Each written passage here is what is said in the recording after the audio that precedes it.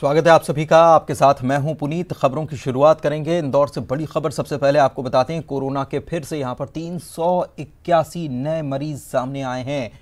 Corona मरीजों का आंकड़ा इसी के साथ 18,000 को भी पार करते हुए 18,321 हो चुका है। बीते 24 घंटे में 6 लोगों ने कोरोना की वजह से अपनी जान गंवा दी है। आधिकारिक आंकड़े बता रहे हैं अब तक 479 संक्रमित मरीजों की इंदौर में मौत हो चुकी है। संक्रमण तेजी से फैलता हुआ इंदौर में लगातार बीते 3 दिनों से 300 से अधिक मामले सामने आ रहे हैं और अब तो ये करीब 400, कल भी 390 से ज़्यादा मामले थे, आज भी 381 मामले सामने आए हैं और कोरोना मरीजों का आंकड़ा इसी के साथ 18,321 हो चुका है और 24 घंटे में 6 लोग अपनी जान गंवा चुके हैं। अब तक 479 संक्रमित मरीजों की मौत इंदौर में कोरोना की वजह से हो चुकी है।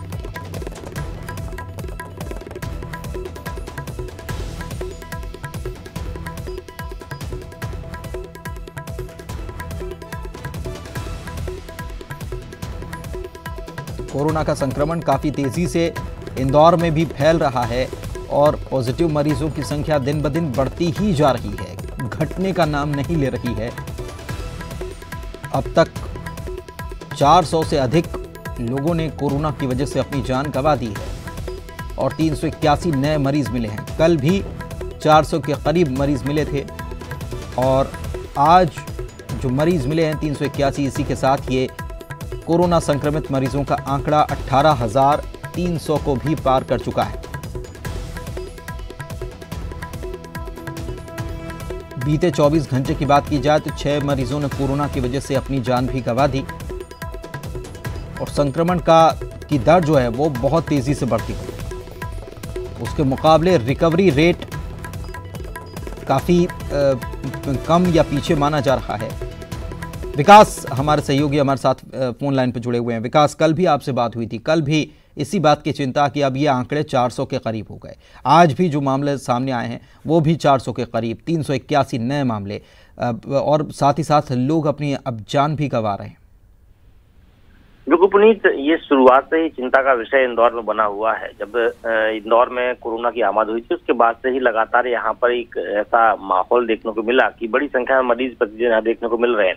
यही वजह है कि लगभग 18,321 के करीब जो कोरोना संक्रमित मरीज हैं वो अब तक इंदौर में मिल चुके हैं। लेकिन इसके साथ में एक अच्छी बात यह भी है कि 13,000 से अधिक मरीज स्वस्थ होकर घरों को लौट चुके हैं। लेकिन अभी जो कोरोना के संक्रमित मरीजों का मिलने का सिलसिला है वो एक बड़ा आंकड़ा लगातार निकलकर सामने आ रहा है और ऐसी स्थिति अगर निर्मित होती रही तो आने वाले समय में इसलिए भी मुसीबत बन सकती है, क्योंकि अस्पतालों में जो साधन संसाधन है वो सीमित ही है और अभी की जो हालात है वो भी यही बताते हैं कि अस्पतालों में आसानी से इलाज मुहैया नहीं हो पाता है, चूंकि संसाधन सीमित है और मरीजों के मिलने की प्रतिदिन की जो संख्या है वो बहुत अधिक हो रही है। तो शहर में जो हालात हैं उसको लेकर के प्रशासन के लिए लगातार चिंता का विषय बना हुआ है और उसको लेकर वो हर संभव प्रयास कर रही है कि कैसे आखिर आम जनता को जल्द से जल्द संक्रमण से मुक्त किया जाए और यदि कोई संक्रमित हो जाता तो कैसे उसका इलाज सुनिश्चित किया जाए। शुक्रिया आपका इस जानकारी के लिए। इधर जबलपुर में भी स्वास्थ्य व्यवस्थाओं पर सवाल खड़े हो रहे हैं, क्योंकि पति की मौत के बाद एक पत्नी ने आरोप लगाए हैं अस्पताल पर। गंभीर आरोप मेडिकल अस्पताल पर लगाए गए। ये आरोप लगाया गया कि मेडिकल अस्पताल में उनके पति को इलाज मिला ही नहीं, जिसकी वजह से उनके पति की मृत्यु हो गई। निजी अस्पतालों ने तो इलाज करने से इनकार ही कर दिया था। आशीष तिवारी, जिनकी 10 दिन पहले मृत्यु हो चुकी है, डॉक्टर्स ने इसकी वजह कोरोना का संक्रमण बताया था। पत्नी का आरोप है कि अगर कोरोना से मौत हो गई तो फिर अभी तक रिपोर्ट क्यों नहीं आई है। पति की मौत पर अस्पताल प्रबंधन पर सवाल उठ रहे हैं और ये भी सवाल है कि 10 मिनट में ही उनके पति ने दम कैसे तोड़ दिया। इंसाफ की गुहार लगाते हुए उनकी पत्नी आशीष तिवारी की पत्नी नेहा आशीष तिवारी ने इस बात की मांग की है कि इस मामले में जांच होना चाहिए, दोषी चिकित्सकों पर FIR की जानी चाहिए।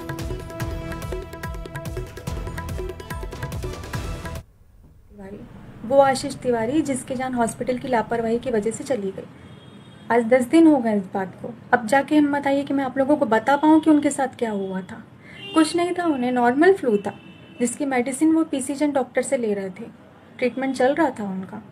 संडे का दिन था, डॉक्टर अवेलेबल नहीं थे, इसलिए उन्होंने अपने भाई से कहा कि मुझे सांस लेने में तकलीफ हो रही, मुझे हॉस्पिटल ले चलो। मेट्रो हॉस्पिटल लेकर गए, उन्होंने एक्सरे किया, बताया कि इन्हें निमोनिया है जो कि ज़्यादा बढ़ गया है, आप इन्हें मेडिकल ले जाओ। उन्होंने कहा एडमिट कर लो, एडमिट नहीं किए, ऑक्सीजन नहीं दिया, कोई ट्रीटमेंट ही नहीं किया। उसके बाद एम्बुलेंस में इन्हें मेडिकल लेकर गए, मेडिकल में इन्हें एडमिट किया, ट्रीटमेंट करना स्टार्ट किए, अंदर जाने नहीं दे रहे थे।